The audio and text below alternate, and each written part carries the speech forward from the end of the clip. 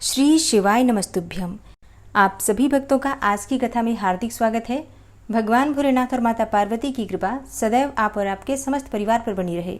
पिछले सभी अध्याय सुनने के लिए आप सभी भक्तों का बहुत बहुत आभार।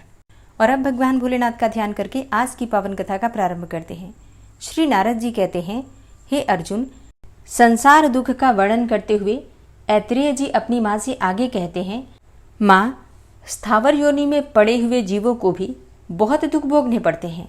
दावानल से जलना, पाला पड़ने से गलना, धूप और हवा से सूखना, कुल्हाड़ी से काटा जाना, उनके वल्कलों अर्थात छिलकों का उतारा जाना, प्रचंड आंधी के वेग से पत्तों, डालियों और फलों का गिराया जाना तथा हाथियों और अन्य जंगली जंतुओं द्वारा कुचला जाना, ये उनके लिए महान दुख है।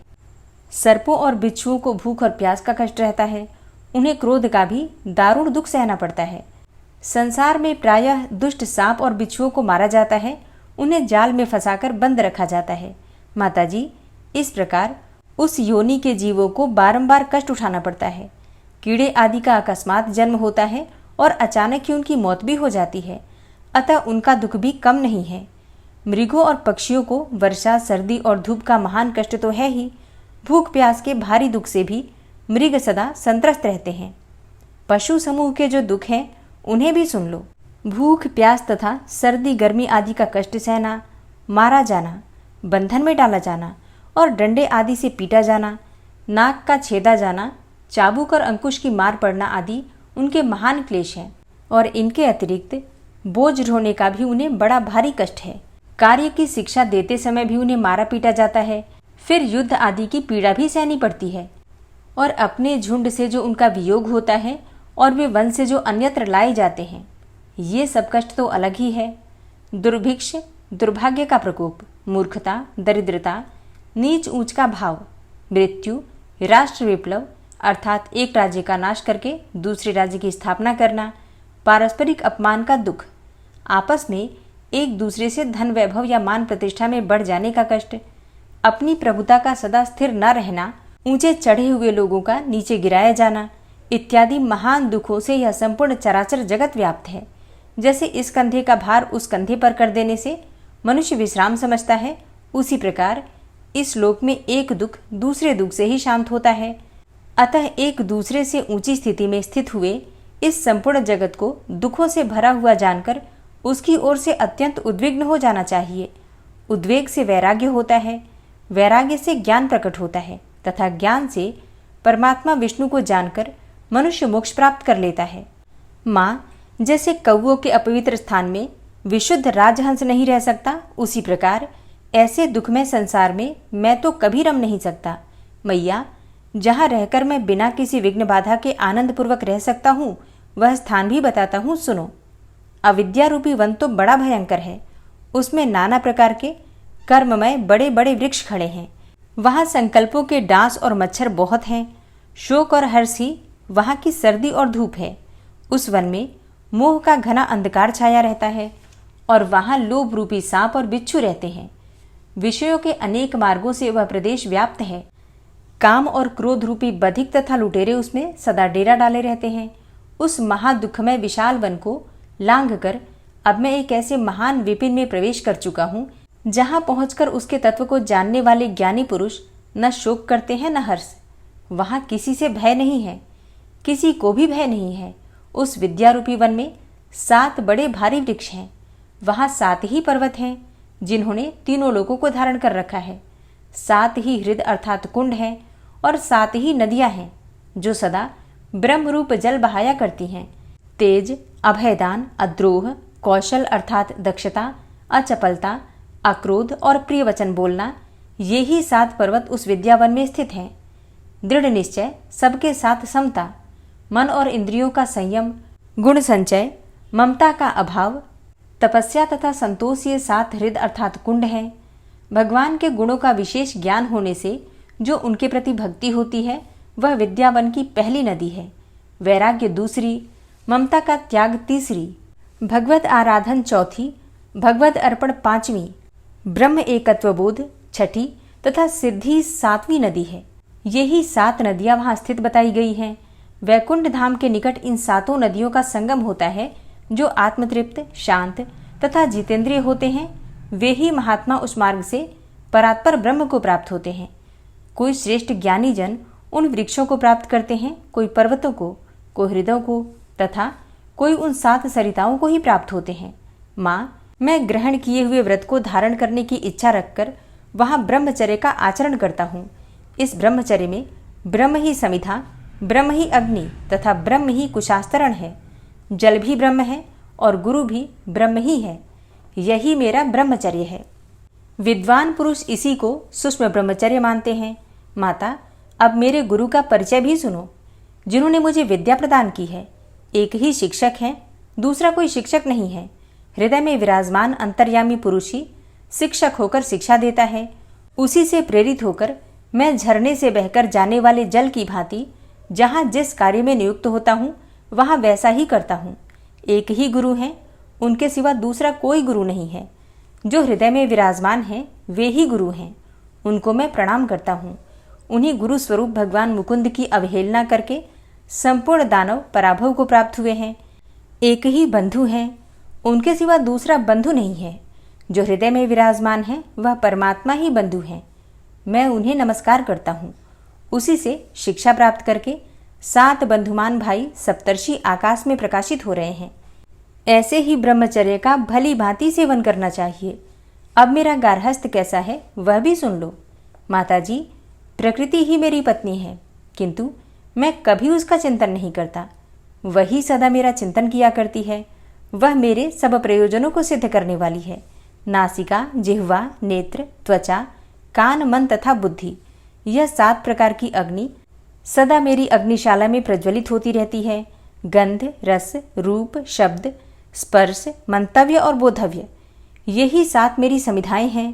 होता भी नारायण है और ध्यान से साक्षात नारायण ही उपस्थित होकर उस हविष्य का उपयोग भी करते हैं। ऐसे यज्ञ द्वारा मैं अपनी इस गृहस्थी में उन परमेश्वर विष्णु का यजन अर्थात आराधन करता हूँ। किसी भी वस्तु की कामना नहीं रखता, तथापि मेरे संपूर्ण काम स्वतः ही सिद्ध हैं। मैं सांसारिक संपूर्ण दोषों से द्वेष नहीं करता, तथापि कोई भी दोष मुझ में प्रकट नहीं होता। जैसे कि कमल के पत्ते पर जल की बूंद का लेप नहीं होता, उसी प्रकार मेरा स्वभाव राग द्वेष आदि से लिप्त नहीं होता। मैं नित्य हूँ, बहुतों के स्वभावों का साक्षी हूँ। अनित्य भोग मुझ पर अपना प्रभाव नहीं डाल सकते। जैसे सूर्य की किरणें आकाश में लिप्त नहीं होती, वैसे ही मेरे भगवदर्थ किए गए निष्काम कर्मों में भोग समूह लिप्त नहीं होते। मेरे कर्मों का फल भोग सामग्री के रूप में नहीं उपस्थित होता। वे कर्म तो भगवत प्राप्ति कराने वाले होते हैं। माता, ऐसे मुझ पुत्र से तुम दुखी न हो। मैं तुम्हें ऐसे पद पर पहुंचाऊंगा जहां सैकड़ों यज्ञ करके भी पहुंचना असंभव है। अपने पुत्र की यह बात सुनकर इतरा को बड़ा विस्मय हुआ। वह सोचने लगी, अहो, यदि मेरा पुत्र ऐसा दृढ़ निष्ठा वाला विद्वान है, तब तो संसार में जब इसकी ख्याति होगी उस समय मेरा भी महान यश फैलेगा। माता इस प्रकार की बातें सोच ही रही थी कि शंख चक्र गदाधारी भगवान विष्णु उस अर्चा विग्रह से साक्षात प्रकट हो गए। वे उस द्विज पुत्र की बातों से अत्यंत प्रसन्न थे। भगवान की दिव्य कांति करोड़ों सूर्यों के समान प्रकाशमान थी। वे अपनी प्रभा से संपूर्ण जगत को उद्भासित कर रहे थे। भगवान को देखते ही ऐत्रेय धरती पर दंड की भांति पड़ गए। उनके शरीर में रोमांच हुआया, नेत्रों से प्रेम के आंसू बहने लगे, वाणी गदगद हो गई। बुद्धिमान ऐत्रेय ने मस्तक पर अंजलि बांधकर भगवान का इस प्रकार स्तवन किया। आप भगवान वासुदेव का हम ध्यान और नमस्कार करते हैं। आप ही प्रद्युम्न, अनिरुद्ध तथा संकर्षण हैं। आपको नमस्कार है। आप केवल विज्ञान स्वरूप तथा परमानंद मूर्ति हैं। आपको नमस्कार है। आप आत्माराम, शांत तथा आप समस्त इंद्रियों के स्वामी अर्थात ऋषिकेश हैं। सबसे महान तथा अनंत शक्तियों से संपन्न हैं। आपको नमस्कार है। मन सहित वाणी के थककर निवृत्त हो जाने पर जो एकमात्र अपनी कृपा से ही सुलभ होने वाले हैं, नाम और रूप से रहित चैतन्य घन ही जिनका स्वरूप है, वे सत और असत से परे विराजमान परमात्मा हम सबकी रक्षा करें। आप परम सत्य तथा निर्मल हैं। हम आपकी उपासना करते हैं। जो षड्विध ऐश्वर्य से युक्त परम पुरुष महानुभाव एवं समस्त महाविभूतियों के अधिपति हैं, उन भगवान को नमस्कार है। हे परमेष्ठिन, आप सबसे उत्कृष्ट हैं। संपूर्ण भक्त समुदाय आपके युगल चरणार बिंदों की बड़े लाड प्यार से सेवा करते हैं। आपको नमस्कार है। अग्नि आपका मुख है, पृथ्वी आपके दोनों चरण हैं, आकाश मस्तक है, चंद्रमा और सूर्य दोनों नेत्र हैं, संपूर्ण लोक आपका शरीर है तथा चारों दिशाएं आपकी चार भुजाएं हैं। हे भगवान, आपको नमस्कार है। हे स्तुति करने योग्य परमात्मन, हे नाथ, इस पृथ्वी पर कोई भी ऐसे प्रदेश नहीं है जिनमें मेरा जन्म न हुआ हो, जहाँ मेरी मृत्यु न हुई हो। मैं समझता हूँ कि यदि मेरे माता पिताओं की गणना की जाए तो यह विशाल पृथ्वी परमाणुओं की स्थिति में पहुँच जाएगी। असंख्य जन्मों के मेरे माता पिताओं की गणना करने के लिए पृथ्वी के परमाणु बराबर टुकड़े करने पड़ेंगे। हे देवदेव, मेरे जो मित्र, शत्रु, अनुजीवी तथा भाई बंधु इस संसार में हो गए हैं, उन सब की गणना करने में मैं सर्वथा असमर्थ हूँ। हे नाथ, मैंने अपना मन बार बार आपके चरणों में समर्पित किया, परंतु मेरा दुर्जय शत्रु काम अपने क्रोध आदि सहायकों के द्वारा उसे हठात ही अपने वश में कर लेता है। हे भगवान, अब आप ही बताइए, ऐसी दशा में मैं क्या करूं? हे सर्वव्यापी परमेश्वर, मैं बहुत ही पीड़ित हूँ। संसार रूपी गड्ढे में गिरे हुए इस दीन पर आप दया कीजिए। दुर्गति में पड़ा हुआ प्राणी भी महात्माओं की शरण में आ जाने पर कष्ट नहीं भोगता। रोगी मनुष्यों को शरण देने वाला वैद्य है। महासागर में डूबे हुए मनुष्य का सहारा नौका है।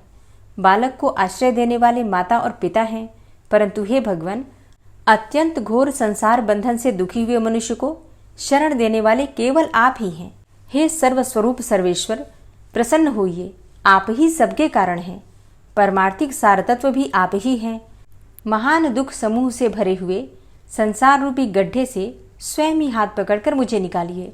हे अच्युत, हे उरुक्रम, यह संसार भूख और प्यास से, वात पित्त और कफ, इन तीन धातुओं से, सर्दी गर्मी आंधी और वर्षा से, आपस में ही एक दूसरे से तथा कभी तृप्त न होने वाली कामाग्नि तथा क्रोधाग्नि से बारंबार पीड़ित होता है। इसे इस दशा में देखकर मेरा मन बहुत दुखी हो रहा है। मैंने अपनी शक्ति के अनुसार संपूर्ण जगत को धारण करने वाले परमेश्वर भगवान आप वासुदेव का स्तवन किया है। इससे सबका कल्याण हो, संपूर्ण जगत के समस्त दोष नष्ट हो जाएं। आज मेरे द्वारा जगतधाता वासुदेव की स्तुति हुई है। इससे इस पृथ्वी पर, अंतरिक्ष में, स्वर्गलोक में तथा रसातल में भी जो कोई प्राणी रहते हों, वे सिद्धि को प्राप्त हों। मेरे द्वारा स्तुति पाठ करते समय जो लोग इसको सुनते हैं, इस स्तोत्र का उच्चारण करते समय जो मुझे देखते हैं, वे देवता, असुर, मनुष्य तथा पशु पक्षी कोई भी क्यों न हो, सभी भगवान विष्णु के तत्व का ज्ञान प्राप्त करें। इनके सिवा जो गूंगे तथा अन्यान्य इंद्रियों से रहित हैं, जो देख सुन नहीं सकते, वे तथा पशु पक्षी, कीड़े मकोड़े आदि भी आज भगवत तत्व के ज्ञान के भागी हो जाएं। संसार में दुखों का नाश हो जाए। समस्त प्रजा के हृदय से लोभ आदि दोष समुदाय निकल जाएं। अपने में, अपने भाई में और पुत्र में जैसा प्रेम और आत्मीयता का भाव होता है, सब लोगों का सबके प्रति वैसा ही भाव हो जाए। जो संसार रूपी रोग के चिकित्सक, संपूर्ण दोषों के निवारण में चतुर तथा परमानंद की प्राप्ति के हेतुभूत हैं, वे भगवान विष्णु सबके हृदय में विराजमान हो और ऐसा होने से सब लोगों के संसार बंधन शिथिल हो जाएं। संपूर्ण विश्व को धारण करने वाले भगवान वासुदेव का स्मरण करने पर मन, वाणी और शरीर द्वारा आचरित मेरे समस्त पाप नष्ट हो जाएं। हे वासुदेव, ऐसा उच्चारण करने पर अथवा भगवान विष्णु के भक्त की महिमा का कीर्तन करने पर अथवा श्री हरि का स्मरण करने पर समस्त पापों का नाश हो जाता है। यदि यह सत्य है तो इस सत्य के प्रभाव से मेरे पाप नष्ट हो जाएं। हे अखिलेश्वर, आपके चरणों में पड़े हुए मुझ सेवक पर आप यह सोचकर कृपा कीजिए कि यह बेचारा मूढ़ है, कुछ जानता नहीं है, इसकी बुद्धि बहुत थोड़ी है, इसके द्वारा उद्यम भी बहुत कम हो पाता है, विषयों से इसका मन सदा क्लेश में ही पड़ा रहता है, इसलिए वह मुझ में नहीं लग पाता। हे देव, आपकी स्तुति करने में ब्रह्मा जी भी समर्थ नहीं है। हे भगवान, आप प्रसन्न होइए। हे विष्णु, आप बड़े दयालु हैं, मुझ अनाथ पर कृपा कीजिए। हे अनंत, हे पापहारी हरि, आप पुरुषोत्तम हैं, संसार सागर में डूबे हुए मुझ दीन का उद्धार कीजिए। नारद जी कहते हैं, हे अर्जुन, ऐत्रेय के इस प्रकार स्तुति करने पर विशाल काय भगवान वासुदेव ने आनंद मग्न होकर कहा, हे वत्स ऐत्रेय, मैं तुम्हारी भक्ति से और इस स्तुति से बहुत प्रसन्न हूँ। तुम मुझसे कोई मनोवांछित एवं दुर्लभ वर मांगो। ऐत्रेय ने कहा, हे नाथ, हे हरे, मेरा अभिष्ट वर तो यही है कि घोर संसार सागर में डूबते हुए मुझ असहाय के लिए आप कर्णधार हो जाएं। भगवान वासुदेव बोले, हे वत्स, तुम तो संसार सागर से मुक्त ही हो। जो सदा इस स्तोत्र से गुप्त क्षेत्र में स्थित हुए मुझ वासुदेव का स्तवन करेगा, उसके संपूर्ण पापों का नाश हो जाएगा। अतः यह अघनाशन नाम से विख्यात होगा। जो एकादशी का उपवास करके मेरे आगे इस स्तोत्र का पाठ करेगा, वह शुद्ध चित्त होकर मेरे परम धाम को प्राप्त होगा। जैसे कि सब क्षेत्रों में यह गुप्त क्षेत्र मुझे अधिक प्रिय है, उसी प्रकार सब स्तोत्रों में यह स्तोत्र मुझे विशेष प्रिय है। जिन प्राणियों के उद्देश्य से महात्मा पुरुष इस स्तोत्र का जप करते हैं, वे सब प्राणी मेरी कृपा से शांति, ऐश्वर्य तथा उत्तम बुद्धि प्राप्त करेंगे। बेटा, तुम श्रद्धापूर्वक वैदिक धर्मों का आचरण करो और उन्हें निष्काम भाव से मुझे समर्पित कर देने पर उनके द्वारा तुम्हें बंधन नहीं प्राप्त होगा। पत्नी का पाणी ग्रहण करके तुम यज्ञों द्वारा भगवान की आराधना करो और अपनी माता की प्रसन्नता बढ़ाओ। मुझ में तीव्र ध्यान करने से निस्संदेह तुम मुझे ही प्राप्त होगे। बुद्धि, मन, अहंकार, 5 ज्ञानेंद्रियां और 5 कर्मेंद्रियां, ये 13 ग्रह हैं। बोद्धव्य, मंतव्य, शब्द, स्पर्श, रूप, रस, गंध, वचन, आदान, कर्म, गमन, मनोत्सर्ग और रतिजनित आनंद, ये 13 महाग्रह हैं। बेटा, अपने बुद्धि आदि शुद्ध अर्थात आसक्ति शून्य ग्रहों के द्वारा मेरा ध्यान करते हुए पूर्वोक्त महाग्रहों को शुद्ध रूप में ग्रहण करो। भगवत प्रसाद मानकर स्वीकार करो। ऐसा करने से तुम मोक्ष प्राप्त कर लोगे। हे वीर, इस प्रकार भगवत अर्पण बुद्धि से कर्म करने पर तुम नैष्कर्म्य भाव को प्राप्त होगे। ठीक उसी तरह जैसे कि चतुर स्वर्णकार रस संबिंध तांबे को सुवर्ण के रूप में उपलब्ध करता है, वर्णाश्रमोचित आचार वाला पुरुष भी यदि अपने सब कर्म मुझे समर्पित करके स्वयं मेरे ध्यान में संलग्न हो जाता है, तो उसे भी यहाँ मोक्ष दुर्लभ नहीं है। इसलिए मेरे बताए अनुसार बर्ताव करते हुए नियम परायण होकर तुम आनंद पूर्वक रहो। अपनी 7 पीढ़ियों का उद्धार करके फिर मुझ में लीन हो जाओगे। यद्यपि वेदों का अध्ययन तुमने नहीं किया है, तो भी संपूर्ण वेद तुम्हारी बुद्धि में स्वयं प्रतिभाषित होंगे। अब यहाँ से कोटि तीर्थ में, जहाँ हरिमेधा का यज्ञ हो रहा है, वहाँ जाओ। वहाँ तुम्हारी माता का संपूर्ण मनोरथ सफल होगा। यो कहकर भगवान विष्णु पुनः वासुदेव के विग्रह में ही प्रवेश कर गए। उस समय ऐत्रेय की माता और ऐत्रेय दोनों एकटक दृष्टि से भगवान की ओर देख रहे थे। तत्पश्चात वासुदेव विग्रह को नमस्कार करके विस्मय और आनंद में निमग्न हुए ऐत्रेय ने अपनी माता से कहा, माँ, मैं अपने पूर्व जन्म में शूद्र था। एक दिन सांसारिक दोषों से भयभीत होकर एक धर्मनिष्ठ ब्राह्मण की शरण में गया। वे बड़े दयालु थे। उन्होंने मुझे द्वादशाक्षर मंत्र का उपदेश दिया और कहा कि सदा इस मंत्र का जप किया कर। उनकी इस आज्ञा के अनुसार मैं निरंतर उस मंत्र का जप करने लगा। उस जप के प्रभाव से तुम्हारे गर्भ से मेरा जन्म हुआ। मुझे पूर्व जन्म की स्मृति हुई। भगवान विष्णु के प्रति मेरे मन में भक्ति का उदय हुआ और इस तीर्थ में सर्वदा निवास करने का सौभाग्य प्राप्त हुआ। माता से ऐसा कहकर ऐत्रेय यज्ञ में गए और वहां यह श्लोक बोले, नमस्तस्मै भगवते विष्णवे कुंठ मेधसे यन्माया मोहित धियो भ्रमामह कर्म सागरे। अर्थात जिनकी बुद्धि कहीं कुंठित नहीं होती तथा जिनकी माया से मोहित चित्त होकर हम लोग कर्मों के समुद्र में भटक रहे हैं, उन भगवान विष्णु को नमस्कार है। इस श्लोक का आशय बहुत गंभीर है और हरिमेधा आदि ब्राह्मणों ने जब इसे सुना तब आसन और पूजा आदि के द्वारा ऐत्रेय का बहुत सत्कार किया। तत्पश्चात ऐत्रेय ने अपनी विद्या से उन वेदार्थ निपुण ब्राह्मणों को संतुष्ट किया। फिर सबने उन्हें दक्षिणा दी। हरिमेधा ने ऐत्रेय को अपनी पुत्री भी दे दी। धन और पत्नी को ग्रहण करके ऐत्रेय अपने घर आए और उन्होंने माता को आनंदित किया और अनेकों निर्मल पुत्रों को जन्म दिया। ऐत्रेय सदा द्वादशी व्रत का पालन करते रहे। वे अनेक यज्ञों द्वारा भगवान का यजन करके निरंतर वासुदेव का ध्यान किया करते थे। इससे देह त्याग के पश्चात उन्होंने मोक्ष प्राप्त कर लिया। हे अर्जुन, ऐसी महिमा वाले भगवान वासुदेव यहाँ स्वयं विराजमान हैं। जो इनकी पूजा, अर्चा और स्तुति करता है, उसका सब पुण्य अक्षय माना गया है। नमः शिवाय। आज की कथा का यहीं पर समापन करती हूँ। उम्मीद करती हूँ ये कथा आपको पसंद आई होगी। तो अगर कथा पसंद आती है तो वीडियो को लाइक ज़रूर किया कीजिए और अगर संभव हो तो वीडियो को शेयर भी किया कीजिए। मिलती हूँ मैं आपसे अगली वीडियो में, तब तक के लिए जय श्री राधे।